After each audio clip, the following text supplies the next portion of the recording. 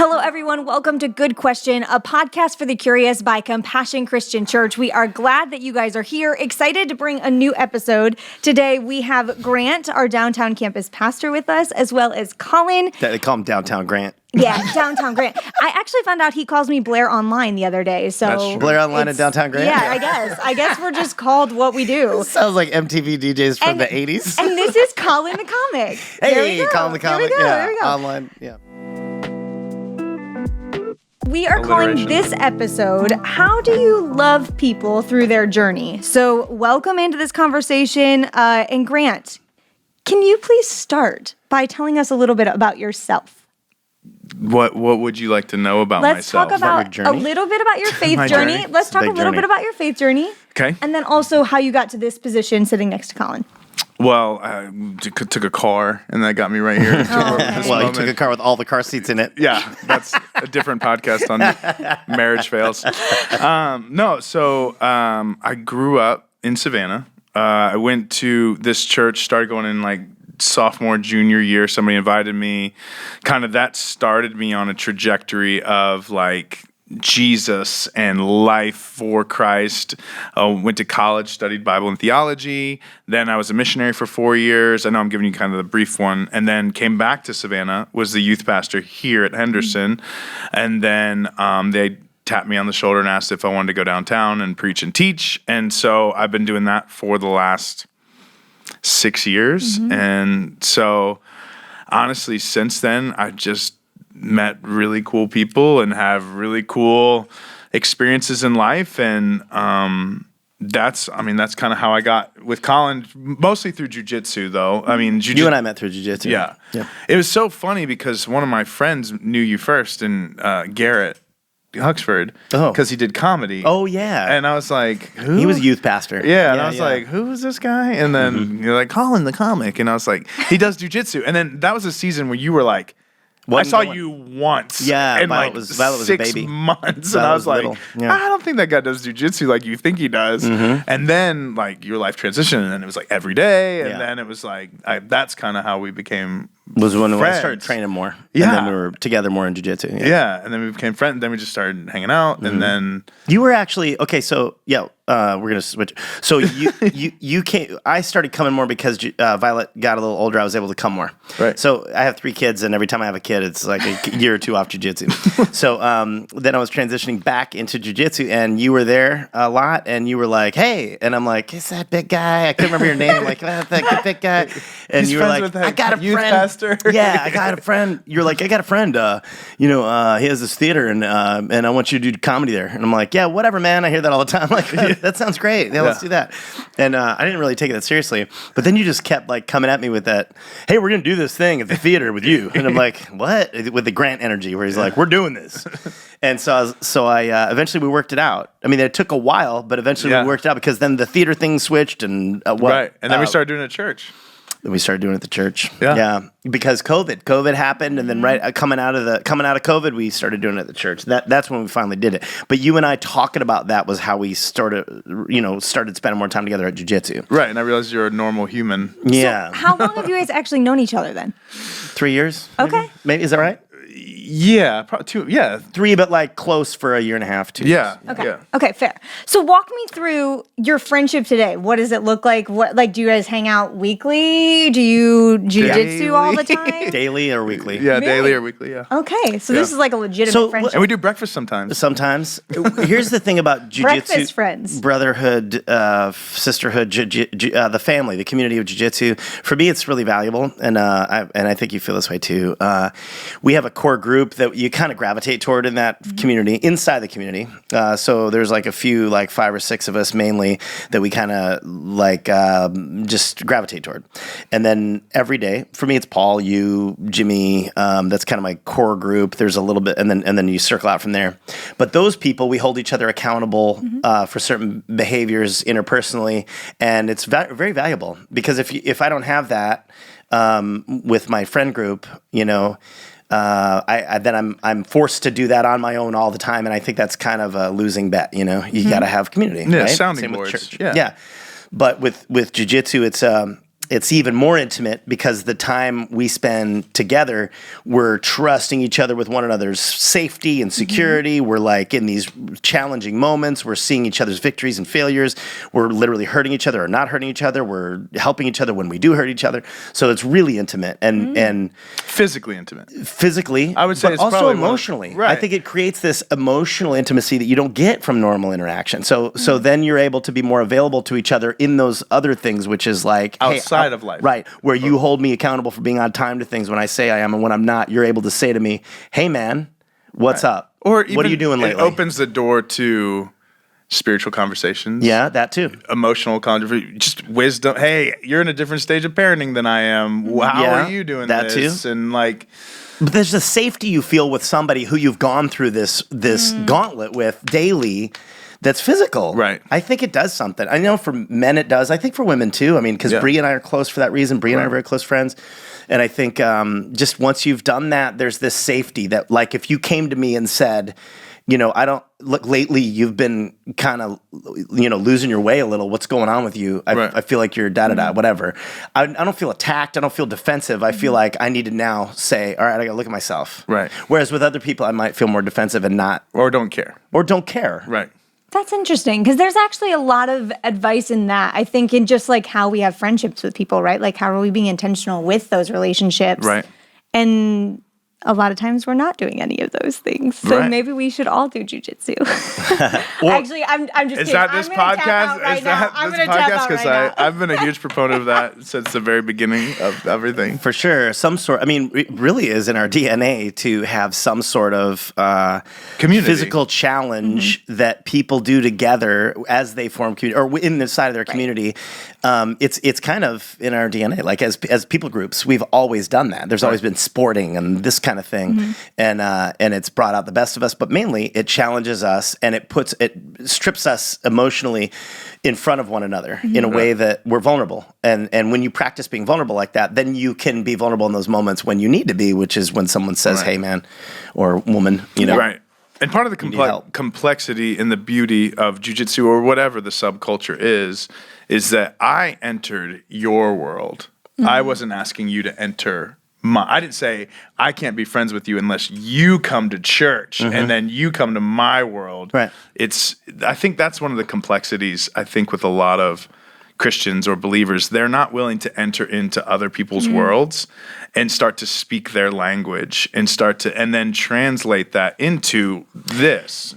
As a person who doesn't, from outside looking in, as far as like church going, that's how I feel sometimes. Is like I think the people that don't have that outer life experience or whatever, they just have the church. They want to come in and manage why I have a core tenet that I do or don't. And I'm like, well, I don't need that necessarily from you. Well, and I think the thing that I see a lot with people is they don't care about. This sounds crazy to say.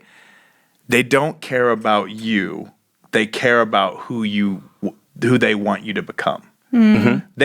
They don't love Collin. They love future potential Collin's a Christian. And when coming in here, and if that doesn't work in their plan, they love transformation story. Collin. They love transformation, not the journey. They don't. You know what I mean? Yeah. And it's an affront to people. Like I just met with a guy for an hour right before this, an atheist, and he's like, Christians are stupid, and this is stupid. And I love that guy. And I genuinely, we have breakfast every single week. We've had it for a year, and I love that guy, and I love Collin. And I'm not afraid of Collin. I'm not afraid of him. Well, no, I'm not afraid of what you're going to say or, your journey, your story. And, I'm not so prideful that I won't ask you for advice.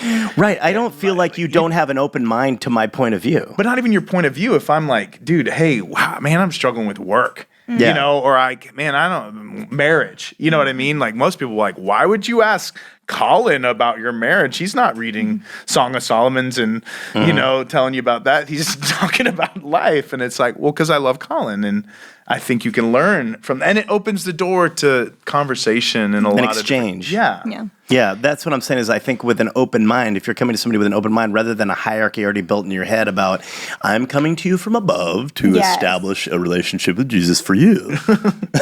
That doesn't work for most people. Right.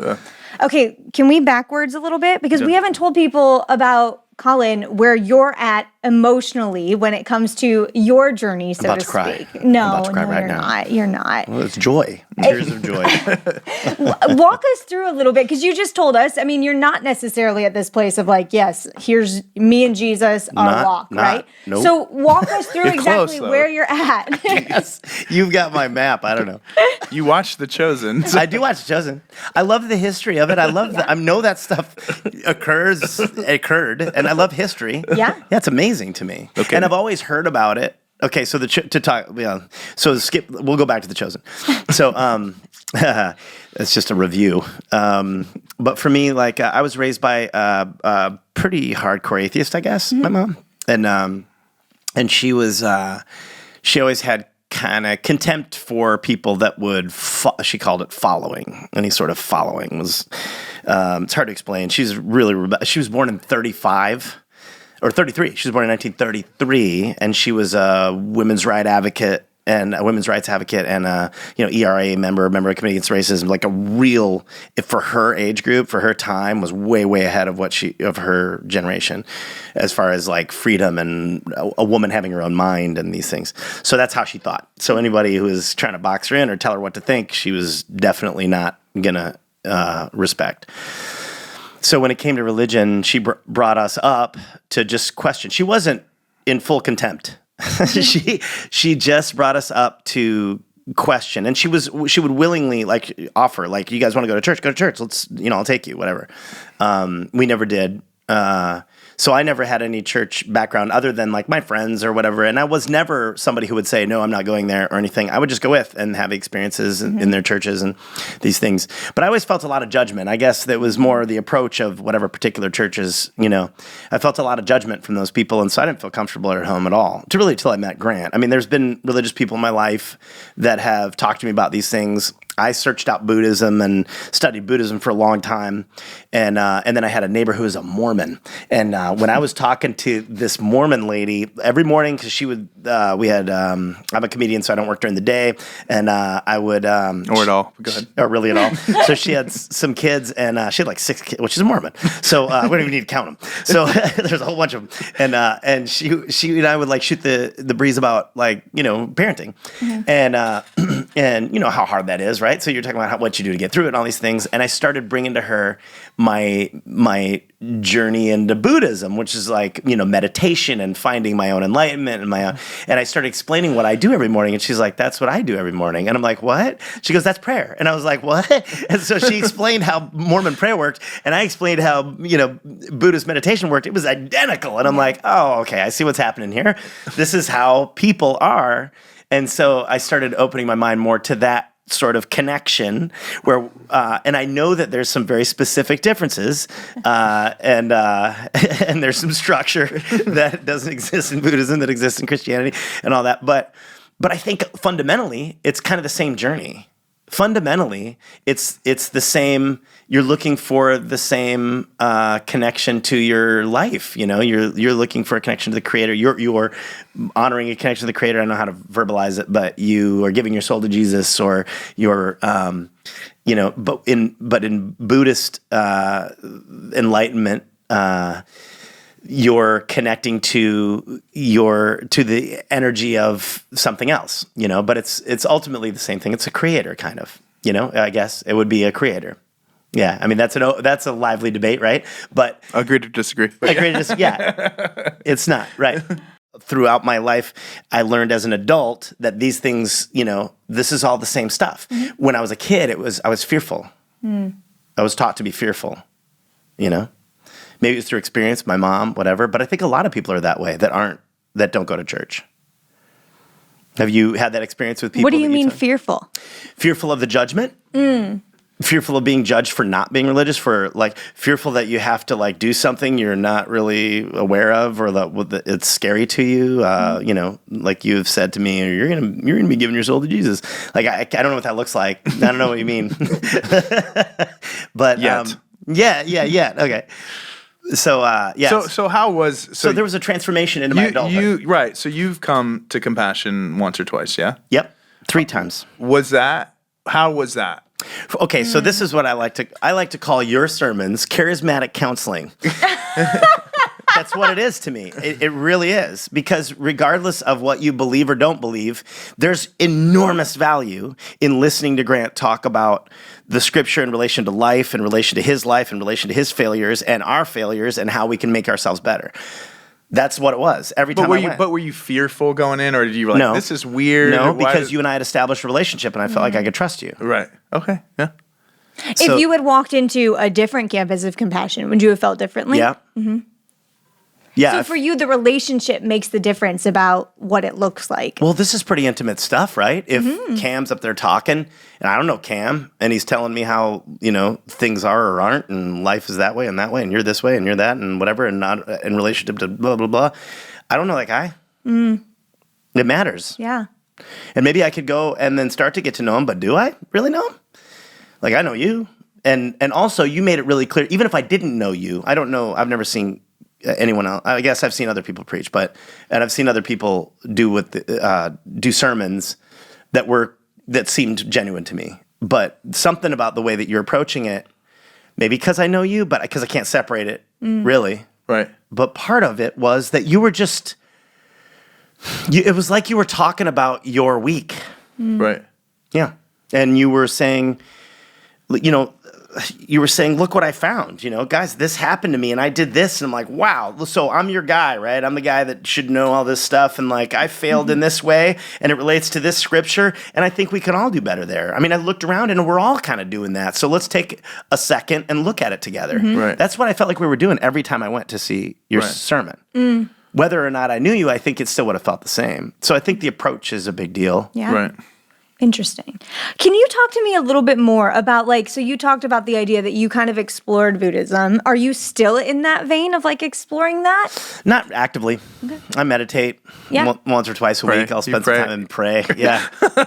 Graham, walk me through, how did you first bring up faith to Collin? How did you guys get to that topic? I mean, I'm assuming this goes back to kind of the Jiu-Jitsu comments of you started there and it just kind of organically come up? Or it came up that you're a pastor? Yeah, I mean, eventually. You know how you first got me to church? You remember? Oh, yeah. How did I get you to church? No, I don't remember. I don't remember. Please tell everyone. Oh, you want to hear this? Yeah. So he had never, you had never tapped me at that point. Right. And so he's rolling. He's a higher belt than I am. Yeah, I've been training longer. And so we were rolling and he'd been starting to get a little better and he was getting a little tougher. And he goes, if I tap you, you got to come to church. Did you bring it up or did I? I did. I said, if I tap you, you got to come to church. I go, yeah, that's fine. Let's do that. And so we rolled and he was rolling for Jesus, man. He tapped me out. I'm like, I'm going to church. And you followed through. Oh, yeah. And then he went 2 more times after that. Oh, yeah. I told him. Yeah. Well, I mean, he earned it. Yeah. He earned it. I still go. I mean, I still have no intention of not going again. Yeah. What is... And you started watching The Chosen. Okay, so I started watching The Chosen. Okay. And you loved it. I love The Chosen. Yes. Yeah. It is great. And we talk about it all the time. Yeah. Yeah, we talk about it a lot. Do you feel like having those things to reference or to talk, it makes it easier to have conversations about this with people? Because he knows about it, and I'm keeping an open mind. I'm like, okay, well, maybe this can help him explain what he wants to explain to me through these stories and through these people, these characters, and maybe that can help. That'd be another door, for him to get through to me or whatever. Yeah, so I'm not trying to close doors on him. Well, the other thing he does is usually Sunday at 1:30. He'll call and I'll get the sermon. Yeah, he's like, 10 minutes. Give me what the sermon was. What was on the sermon? Yeah, he gives me I get the cliff notes. Give me the and he gives it to me. I mean, you can't not, right? That would be terrible. Right. But Grant, what is some good advice for people who might be watching and thinking well, how do I do this? How do I organically come into relationships or have people already in my life potentially who don't know Jesus, who I feel man, this is too good to not share? Because if I really believe in what I believe, then hell is a place, and I need to be honest with people that I love. But how do I do that in a non-confrontational, non-strange, non-aggressive manner? Well, I think it goes back to the beginning. It's I don't love Collin's transformation.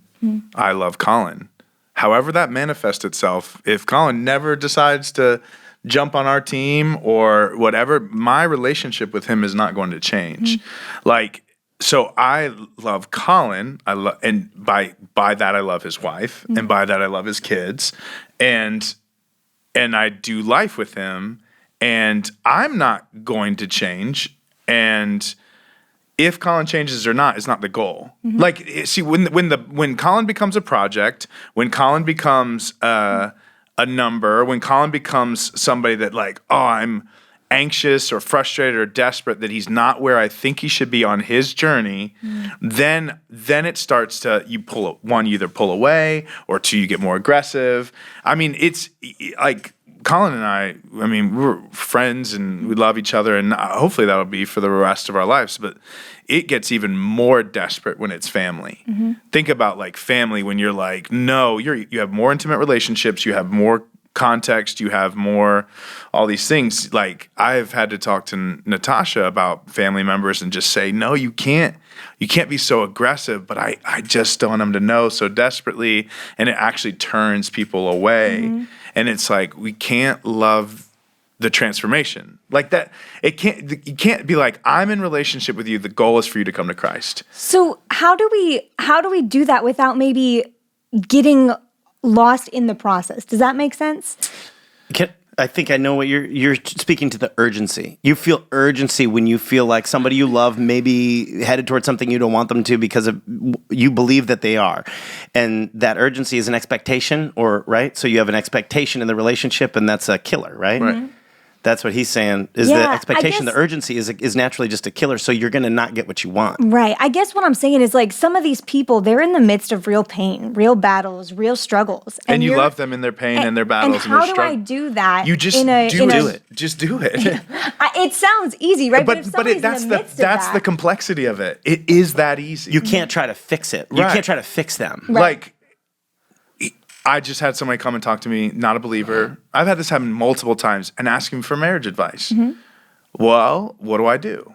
You give them marriage advice. Like, you love them in their pain. You love them in their struggle. You love them in their frustration. You're a sounding board. And you give and take. It's not just like, I'm an expert in everything. Let me tell you how to do your marriage. It's like, I asked Collin, I'm like, dude, man, hey, I'm sure if I should do this financial thing, should I do it? You know, I need to be just as intimate with him as he's being with me. But is there a danger in that? Because hopefully my actions, my attitudes are coming from a place of, this is my understanding of Scripture, this is my understanding of who God is. And if those people don't have those same understandings or those same tenets that are holding them, right? Are they giving me advice that could lead me away from what the Bible is telling me or what God is calling me Absolutely. to?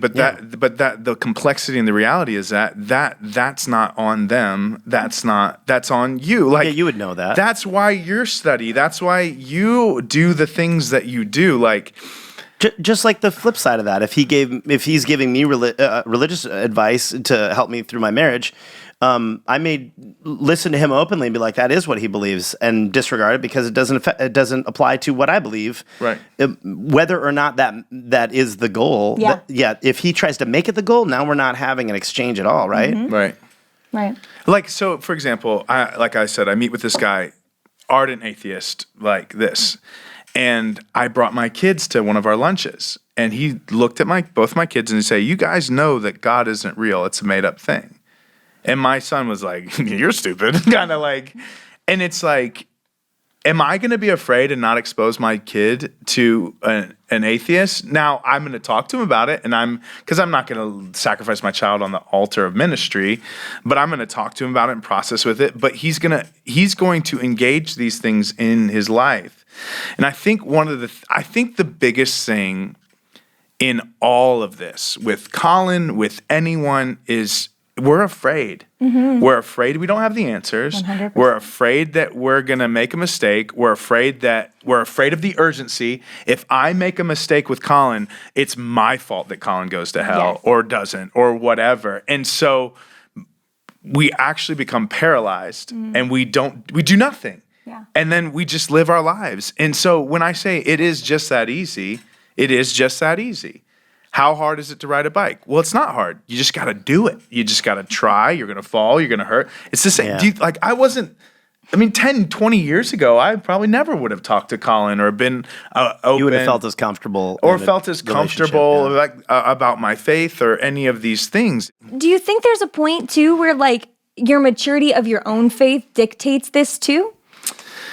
That's just a question. Maybe. maybe it makes it easier, but I know people that are brand new in their faith, and they're the same way. They're just... Well, none of us are excused from this, right? Like, none of us get the pass to be like, oh, I'm not ready for that yet. Right. It's about the approach. It's about the approach, and it's about... It's the same problem people have with religion. If I tell you the goal is heaven...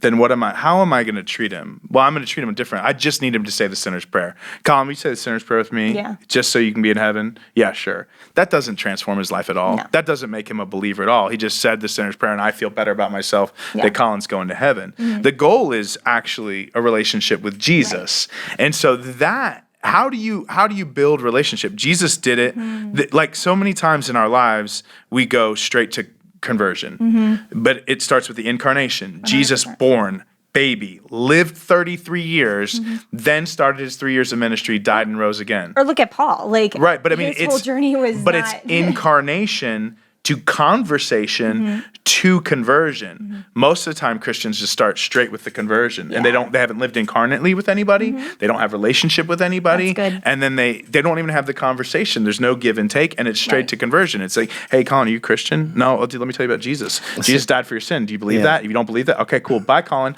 All right, next person. Hey, do you? And maybe that works every once in a while. Maybe I just. God can do anything within God a situation, can do right? anything, but that's not real. I feel like the responsibility non-believers have is to treat people with the same open mind and lack of expectation. Because what you just described is kind of what you get bombarded with as a non-believer, right? Somebody at your door, hey, have you heard about Jesus? And you're like, hey, whoa, slow down, buddy. I don't know you. Well, that's what I was going to ask you that, Collin, because honestly, like, what has been the biggest turnoff for you in terms of the church as a global organization, or however you want to describe it, but what has been something that's like, oh, it's really hard for me to get past this? That lack of understanding of me, of my belief system and why it's there and whether or not there's any validity to some of it. Like you can't discount my 50 years of life and experience. And you don't look 50, you look great. I haven't murdered anybody other that I'm aware of. I haven't, but I haven't, I've lived a very good life and I've done good things for my family and I've tried to be the best person I can be. There's something to that. Why is that not in the eyes of the God that Door Guide talks to me about? Why doesn't that have any value? Why can't we talk about that? And why can't we have an open exchange? And so with Grant, I have an open exchange. I'm valued and there's no expectation. So I think the turnoff is the immediate lack of expectation, or the immediate, expectation, lack of respect. There's some validity to me and who I am. I'm not, just because I'm not on your journey doesn't mean I'm not, a good person, or maybe even in the eyes of God, saintly. You don't know me, right?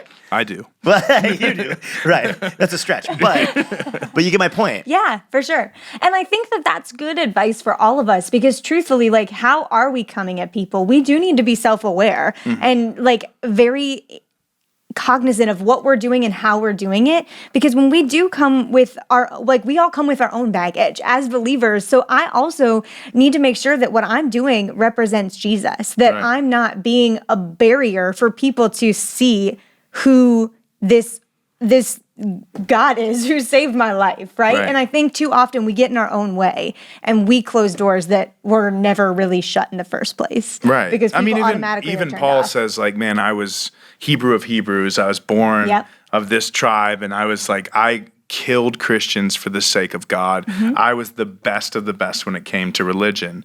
And then he just talks about his journey. And I think the first thing that we can do as Christians is realize that we're no better than anyone else. Amen. And in that reality, that lends itself to a humility. I had a situation, and it was probably one of the most lightning strikes in my faith journey over the last 15 years. Is I got to a place with a family member, and I was just like, there's no way they're coming to Christ. No way. Like, I joke with you. I'm like, oh, you're soon. I was like, there's no way. These people are selfish. There's just no way. And I literally sat in the car, and it was like God audibly spoke to me, and he's like, how dare you? You were no better than they were before I found you. And for me, that has transformed how I communicate, how I interact, how I talk to people, how I engage with people, because it's like, man, I know Grant. And once I really know Grant, there's nothing that, Collin is a saint compared to me. You know what I mean? Like, that mentality though, if I really truly believe that, then I don't come with, hey, do you believe in Jesus? No. You need to come over here. Or marriage problem or kid problems. I'm like, oh, well, you know why? It's because you don't believe in Jesus. That's why your family's the way it is, and your kids are the way they are, and parents the way they are, and your comedy's not very good, and like all these things. I mean, that's what people do that. People do that. Well, if you just turn to Jesus, then you wouldn't be a drug addict anymore. And it's like that. Which truly isn't even the answer for you, right? That's not even the answer for you. What? If you just turn to Jesus, that's the answer. There's a lot more to it. You're trying to get me fired? But there is a lot more to it. Isn't there a lot more to your relationship with Jesus than just turning to Jesus? There's a lot more to it. There's more than, that's a lot more to any relationship. Right. So so that's what I'm saying. To someone who doesn't have that relationship already, to say, all you got to do is this, and give your soul to Jesus, I'm sure there's plenty of people that are like, whatever, what do I got to do? Blah, blah, blah. Okay, great, I'm good. All right, now I'm going to go be great. No, that's a lot more to it. And that's discipleship, and that's the reality. You don't separate evangelism and discipleship. That's one of the complexities, because it isn't just. It is, yes, you give your heart to Jesus. Yeah, that is step one in step 10,000. Right, exactly. Yeah. Your humility and your path of humility and understanding of who you are and your own fallibility inside of that journey, inside of your relationship with Jesus, is what makes you accessible to me as a non-Christian. And I think that's what Peter did, and I think that's what, Peter denied Christ, and then he literally cornerstone of the church. Right. It's why? Because he knew how horrible he was, you know? Can we go backwards a little bit? Because I think we talked about this earlier, but how do we prepare for these conversations? How do we mentally, physically, emotionally, kind of put on our boots to do this, to go out and to love people this way? I think Collin said it earlier. I think you're right. It's being self-aware. Just get right. You got to get right. Yeah, it's self-aware. Like, to his point, get right. I don't know if what I would say would be self-aware of your own sin and your own fallenness, and use that to your advantage, and just say, hey, I am broken, and I am fallen, and I am this, and through prayer and through scripture and through discipleship and through sounding boards of small groups, and hey, man, I'm trying to share Jesus with Collin, and it's just not, I'm failing at it. What's going on? Well, you're actually coming with expectations, and that's probably why it's not working, rather than just loving him for who he is. The accountability piece of it, too. Or even sounding board. The body should come alongside of us and help us through this journey, so that when we are feeling discouraged or hardened by a situation, that we can be refreshed to go or to pray. Shoot. Everyone listening to this podcast, pray for Collin, because his magic multiverse of prayer 20 years from now. Well, wait, isn't this a little bit like a diet, in that, like, if you you clean up your your nutrition, you start to diet, and you're eating a certain way, but you still have a propensity for these kind of cravings or whatever. So over time, you eventually go back to kind of trying this or trying that, or it's a journey. It's an ongoing thing. So fitness or nutrition and spiritual fitness is the same, where it's an ongoing, everyday thing. Right. It's not like, okay, because I think what happens is people think, I'm going to take, to use the diet analogy, I'm going to do this diet, and then I'm going to lose a bunch of weight, and then I'm good. Yeah. But that's never the case. For the rest of my life. That's never the case. Yeah. So, but spirituality is the same, in that, You're describing discipleship, which is amazing. Oh, yeah. Okay, good. I actually think there's a lot of things that Collin's been saying. I'm like, that sounds right. What we do. Right. That's right. So what I'm saying is that, as a non-believer, when people come to me with this, look, you can be shiny and perfect. All you got to do is this, and then this is what we are. This is and I think there's a miscommunication there, where it feels hollow, where it's like, okay, we're all perfect and you should come be perfect with us. Yeah. That's totally not it. It has to be represented like, hey, we're just like you. We're totally screwed up, but look, we found this way to like navigate it. You want to do this? We know somebody who loves you. Even We though can you're help screwed you. up. This is the way to navigate being who you are, just like us. Right. Not different from us. Yeah. Yeah. Yeah. I The mean, ongoing my journey. my college coach used to say this. He says, you're either getting better or you're worse. Getting worse. Like, you're never staying the same. You're either getting better or you're getting worse. There's never the same. Like, if you just stay the same, you're getting worse. So you're either getting better or you're getting worse. And I say sometimes we don't think about that spiritually, not salvifically. I mean, I think that with Christ, you know, we loved, and it's not like you lose your salvation like you lose your keys, but like there is this mentality that like, man, once I come into relationship with Christ, I'm good. And then I just kind of can stay there for 40 years if I choose to. And what my encouragement to you is no. You Right, can't like you were try a describing- diet 40 years ago and expect to be healthy. You were describing the leader, the leader in the church that might be, you know, not living correctly, and then being like, "Come on, we're gonna go to church," and you're like, "Wait, dude, you were passed out in my garage or whatever." Right? Or all these pastors that have fallen and done awful things. Right. Yeah, those are good example. We were just Googling one right before the thing. And that's another example of somebody who's not living in that everyday journey. They're looking for that hollow little goal.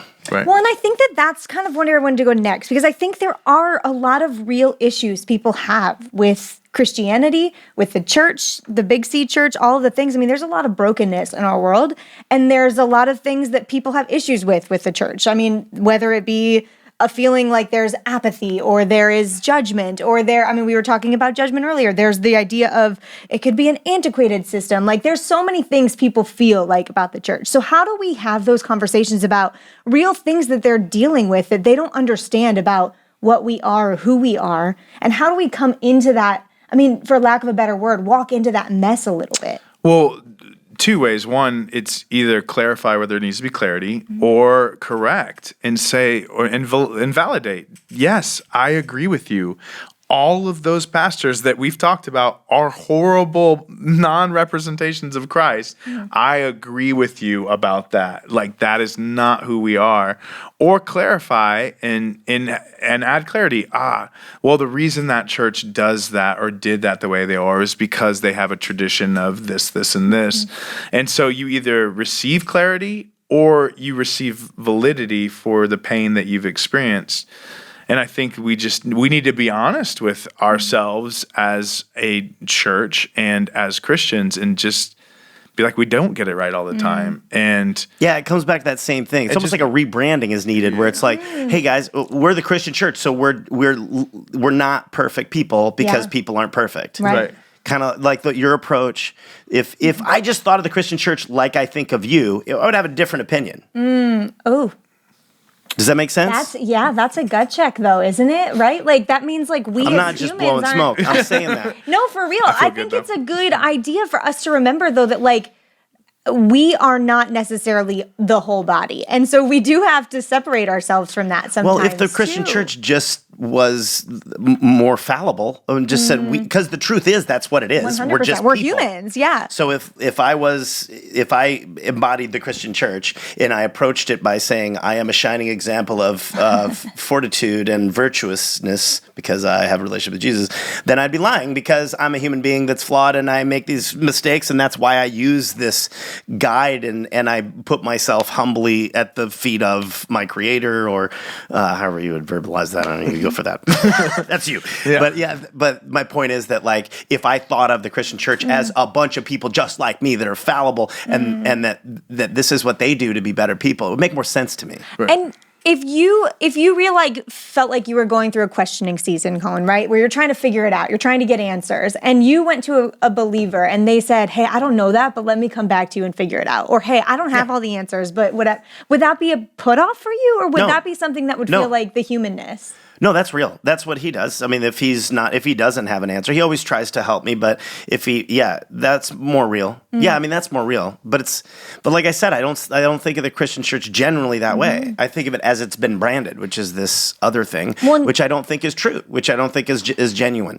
And when we go back to that idea of the fear that we as believers can feel sometimes about sharing our faith and not having all the answers. Like Collin's sitting here saying, like, no, that doesn't stop me from like having a further conversation with you. It's better like, that way. Right. It breaks down some of those walls to say, like, I am not any better than you. I am still figuring this out too, and I'm on my journey as well. And maybe that's with getting right with who you are or discovering who you are. You're able to then navigate your own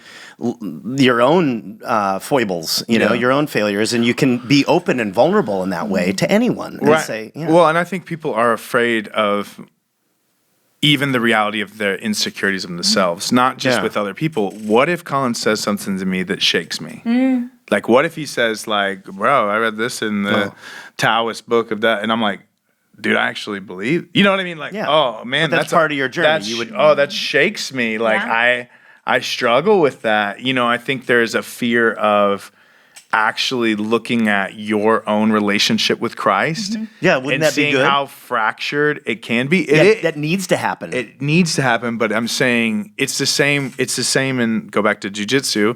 If you are only going to do this one move because you're excellent at it, and you don't want to look at where you're weak, because that's a huge issue. So if you're, it's the same. It's usually the truth. It's usually true with everyone. The person that's the most anti this or anti that is because they struggle with it the most. Have you ever questioned your faith? Yeah, all the time. Right, all the time. So that's the point I'm making, is that like, if you don't question your faith every time, you don't have a true relationship with anyone. Well, and 100%, right? Isn't that that's true? why we started the podcast, because like I do think it is important for people to know, like, whether you've been in faith forever or 20 minutes, we all have questions. We all have things that some of us are not going to find out until the day we meet Jesus. Yeah, like, or not. And honestly, like, that's okay. It's okay to not have all the answers. It's okay to not be okay, but that's part of the difficulty. So back to the original question, how do you do it? You just do it. Like, you just do it. Like, if you went and shared your faith with 5 people that you had a relationship with, or started the conversation, you would get better and more comfortable at having the conversation. I want to wrap things up, and I guess I want to ask you guys each the same question, but give your own perspectives on it. What do you want, Collin, let's start with you. What do you want believers to hear or to understand when it comes to how they talk to people who are in a different journey than they are? Believers?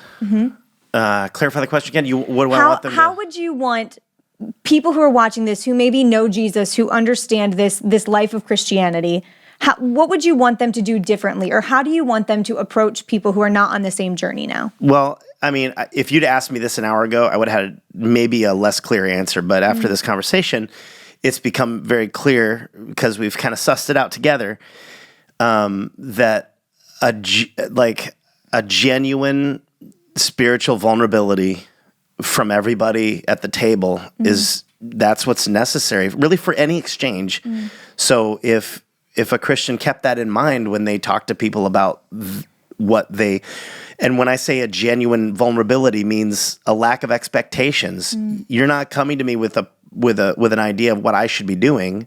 You're literally just being vulnerable spiritually to me and sharing what you found, in hopes that resonates with me in a way that I can, that I would maybe follow up on, or, but just being in my life is enough.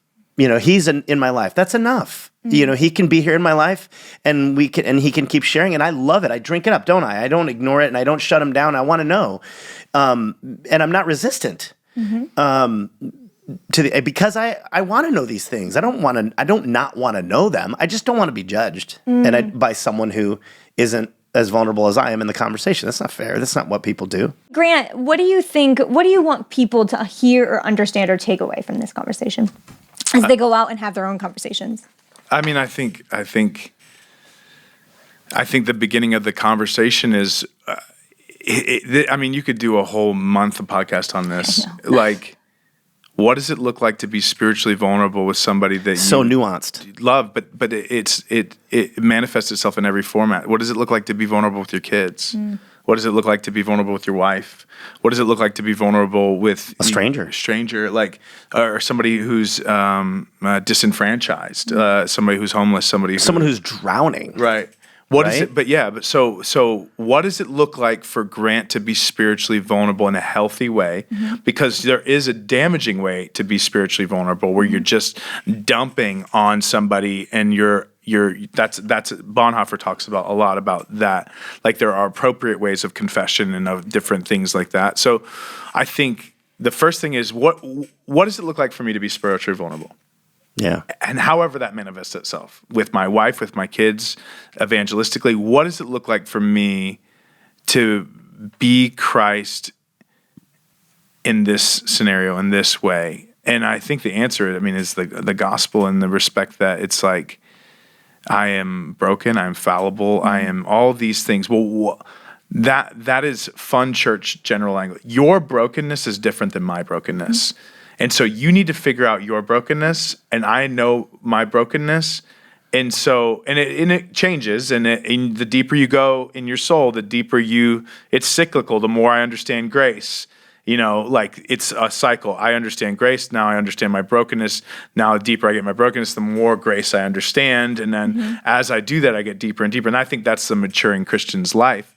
But that is the cycle we as believers have to go. It's self-reflection, vulnerability, and then how does that actually play itself out in life? I think Collin kind of hit the nail on the head, but it's being spiritually vulnerable with yourself, and then the overflow of that is this. God, I have these questions. I don't understand why this happens. I don't understand this, but I know it's not because you don't love me. I know it's not because you didn't send your son to die for me. I don't have clarity and I don't have understanding, but I do have an anchor point that I can walk through. So when you come and talk to me, Blair, hey, my mom has cancer. This is happening in my marriage. This is, okay.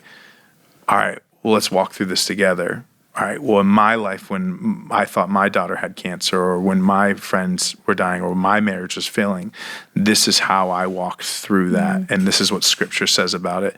And this is how Scripture played itself out practically in my life. Hopefully that helps. And here's some of the mistakes I made. Right. And that vulnerability shoulder to shoulder builds trust, true trust. Even in the inception of it, like the first immediate times that we hung out, I could sense already that we had an intimacy, we had a capability. The fact that you're even on a podcast at a church, 100%, right? But I'm saying you and I together, the first time we hung out, I could sense that we had the capability of being open with each other at a level that, like, okay, I'm comfortable with this. We can do this together, and that built more and more trust. Right. Yeah, that's really good, you guys. Thank you. And I do want to say thank you, Collin, because honestly, for you to walk into here and just be willing to do this and put your heart on the table is a big thank you. Because honestly, it's really great for us to hear somebody in a different context. It should be more. We should have more people 100%. come in. Yeah. And real life, like, it's just, these are conversations that we need to be having. And they can feel big and scary sometimes. And that's why sometimes we don't do it. So thank you for being willing to tackle, I don't know, a jiu-jitsu reference, or I would give you one. To blast double the topic. Sure. Yeah. Blast double the topic. Ankle pick the topic. Ankle pick the topic. Thanks for being willing to do 45 minutes instead of 30. It probably is more than that, but that's okay, you guys. Thank you, Grant, for also being here and for having such a deep relationship with Collin that he was like, yeah, I'll go talk about this. That's fine. Okay, you guys, we want to say thank you for listening to Good Questions and for bringing your questions with love and curiosity in your heart. If you would like to provide feedback, we'd love for you guys to rate, subscribe to the podcast. Also, feel free to submit your own questions because we are taking questions that we will tackle. So I'd like to thank one of our sponsors, Broken Readers. This is they're the best readers. You just put tape. Anyway, you can find them on my website, brokenreaders.com/. Yeah, can't see anymore. There you go. Anyways, hey, we hope you guys will join us next time as we dive into another good question, one at a time. See you.